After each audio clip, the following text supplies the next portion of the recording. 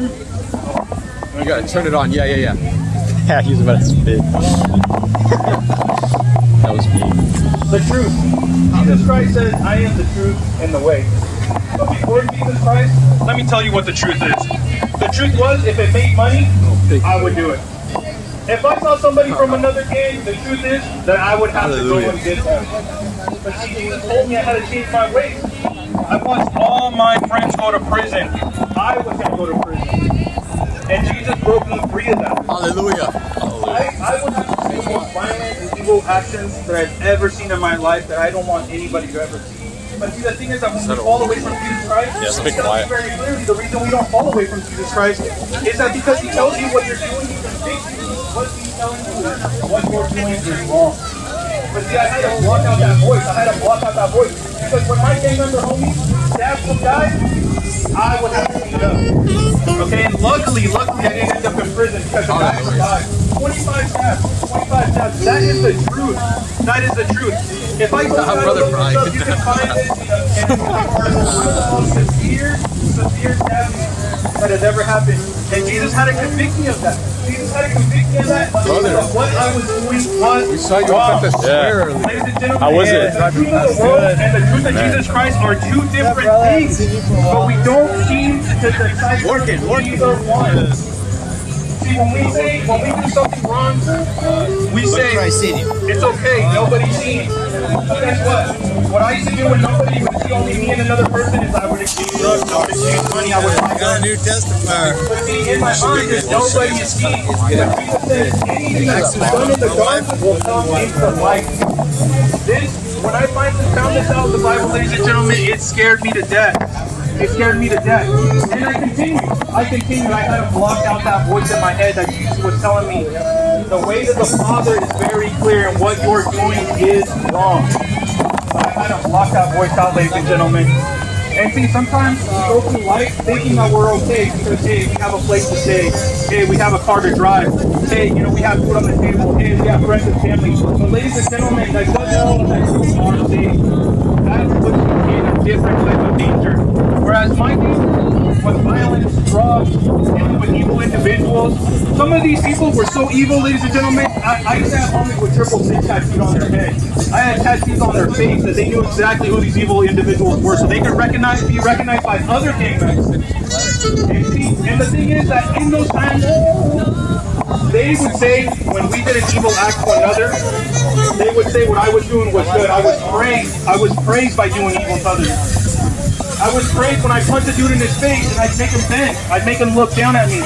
I've held guns to people and they apologize to me. Do you understand how damaging it is for them? And Jesus had to convict me of that. Jesus, and all because I didn't want to follow that truth. I kept thinking my truth is correct. That these evil individuals are the same thing that I do with people, but we are sharing the same understanding.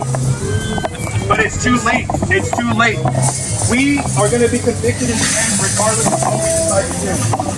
But this is the thing, is that Jesus is applying an understanding to keep you safe. Jesus is trying to guide you. Jesus is trying to move you in a way to get you to understand how to be saved. And the only way to be saved is to go through Jesus Christ. And that's the only way to get to the Father. Ladies and gentlemen, most of you don't even know what evil really is. You don't understand. They say that the root of all evil is money, and it's true. I was running for a crew out of Seattle. $10,000 a head. That's what it was. Ladies and gentlemen, do you understand how evil those thoughts are to have in your head? How evil it is to think to yourself that a person's body is worth money? It's incredibly disgusting, ladies and gentlemen. But you put it in your head and you say, hey, I gotta feed my family. I hear that excuse all the time. I gotta feed my family. But God says, thou shalt not live by bread alone, but by every word out of God's mouth. Ladies and gentlemen, do not be deceived. At any day we could all go. I almost died a couple years ago. I got incredibly sick and it put me on the edge. I felt abandoned because I continued to keep turning away from God, and God stayed quiet. All my life I could hear that conscious voice telling me, hey Oscar, don't do that to that guy. Hey man, don't roll up on this guy's house. Don't punch him, don't strike him, don't do anything, don't scare him. But I would have to block that voice out, because if I didn't do it, I would think that I was weak, and I could not allow that. But Jesus Christ finally I kept turning away over and over, and I kept going towards them. I kept turning away. I kept going towards them. Finally, it was silent. Ladies and gentlemen, that is the absolute fear that when you get on your knees and you pray and you say, God, not even knowing God, but you're directing it to a God that you know that at least it's to the Bible. When you pray and you no longer hear that voice, that is the scariest thing in your life. When you don't hear, when you're praying on your knees and you say, God, please save me, I'm getting close, and you hear nothing but silence, I knew that God said, hey man, you're not going to learn until I turn away from you, until I make you realize what it's like to live a life without Jesus Christ. And he turned that internal voice off. Ladies and gentlemen, I was so scared. I didn't know what to do. I didn't have that godly protection anymore. When I used to hustle with my friend before he passed away, man, we used to pray over the money. We used to pray over the drugs. We said that this was a blessing from God, but not even knowing God. I thought I knew God. But God wouldn't have told me to do that. God wouldn't have told me to quit something that hurts others. You understand how deadly drugs are, ladies and gentlemen? It doesn't take much to take a little bit of something, and then you get used to it, and you take a little bit more, and a little bit more, and then when you can't get that peace, you look for an alternative. Listen, ladies and gentlemen, Jesus Christ is the most amazing thing that can come to you. The most amazing blessing in your life. Because he'll tell you how to deal with trials. He'll tell you how to deal with anger and frustration and all these situations that you put yourself in the past. And he's going to help you stay perfect. Help you stay perfect and safe to go on with Jesus Christ, or with the Father. And this is all dangerous. We continue living our lives in what we ourselves call the truth. And then we say that we know.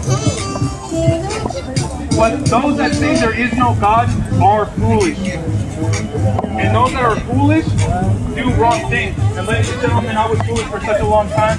We're out here just trying to help you out, trying to find a way. You know, I have conversations with individuals, and sometimes they live such a normal life. But you don't understand. Just being Hispanic growing up, you're going to be a gang member, you're going to be a drug dealer, you're going to be a hustler, you're going to hurt people, you're going to do all of that. That's all set in. Just being Hispanic and growing in the neighborhood.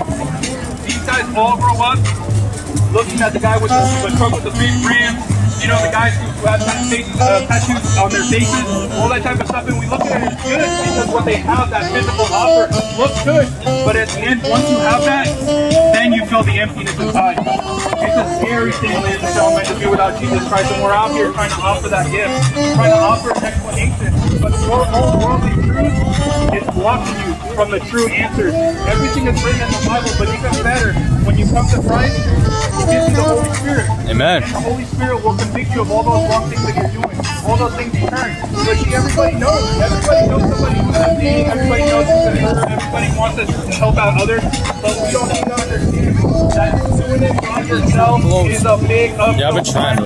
Go to court. I had a hard time getting my friends out of drugs. I had a hard time getting my friends out of gangs. I watched many people die. My friend, my heavy hustling friend, man, he passed away in the hospital, man, in tears. And I just saw him, and he's like, hey, man, I made peace with Jesus Christ. I made peace with God. Hallelujah. I said, amen, man. What else can I say? When I left that hospital room, that was the last time I saw him. Gone. Mid-30s, gone. Just like that, ladies and gentlemen. And I would hate for something like that to happen to you and to not know who to pray, to not know who to get the answers from, to not know who to seek, so that at least you can get that comfort when you pass away. I've seen a lot of people pass away. I've seen many people pass away. My father passed away not that long ago, ladies and gentlemen. Before he died, he looked at me and said, son, does God forgive killing people? Because my dad had murdered a couple people. My dad, I thought I was gangster, I thought I was cool, but my dad had taken multiple lives. And I told him, I was like, look, man, only God can forgive. And he knew that answer was correct because he's right, only God can forgive. But the thing is that when you cancel out another person's journey, you put your own self at risk, because now you have to take care of that murder. You have to, the life that you've taken now is responsible for you, because that life could have been taken, and that life could have been taken at the wrong time, and that life now is in danger of damnation. Ladies and gentlemen, it's all a very scary thing. But when you're not understanding the truth of the world and the truth of God, that is the real danger, because we all know we're all going to die. I've been close. I've had friends that pass away. We all are going to die, and that's a horrible message to tell somebody. But what is going on after life? What is going on after all of that? You think that I don't concern myself with my gang homies? You think I don't concern myself with all the things that they're still involved in? I still have friends that call me up and be like, hey, what's good? What's good? I already know what they're saying. I already know, hey man, plug me in. Because they want me to drop, they want me to receive something and drop it off for them. But you know what? The only thing I have that's given to me that I can give to others is that blessing of Jesus Christ. Amen. And I would say, while you are still here walking this day, being able to be alive. I have a daughter now. I'm able to, walk on my own two feet. I can't even go in my own neighborhood because I already know they want to murder me. Because when I turned away from the evil, they turned away from me, and they wanted to get me. I've seen many people do the same thing. Just because I come to Jesus Christ doesn't mean I'm going to get that everlasting earthly life. Ladies and gentlemen, Brian T, he's a rapper. His brother was a Christian for years after that man got murdered by the people that he used to deal with. You think that I don't fear the same thing? I go into my old neighborhood and here they are.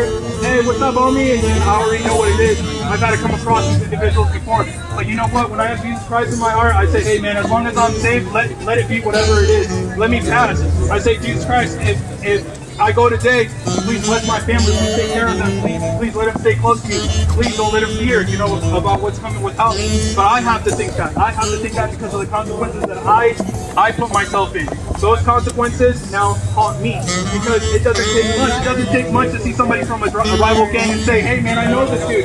And they come and get you. It doesn't take anything. It doesn't take anything to squeeze a trigger on somebody. It doesn't take anybody to punch somebody in the face. It doesn't take anybody to do anything evil. It's incredibly easy, but turning away from those things are what's evil. Ladies and gentlemen, Jesus Christ is the answer, and Jesus Christ is the only way to the Father. Not forbid that any of you pass away not knowing who Jesus Christ is. And I pray in the mighty name of Jesus. Good job, brother.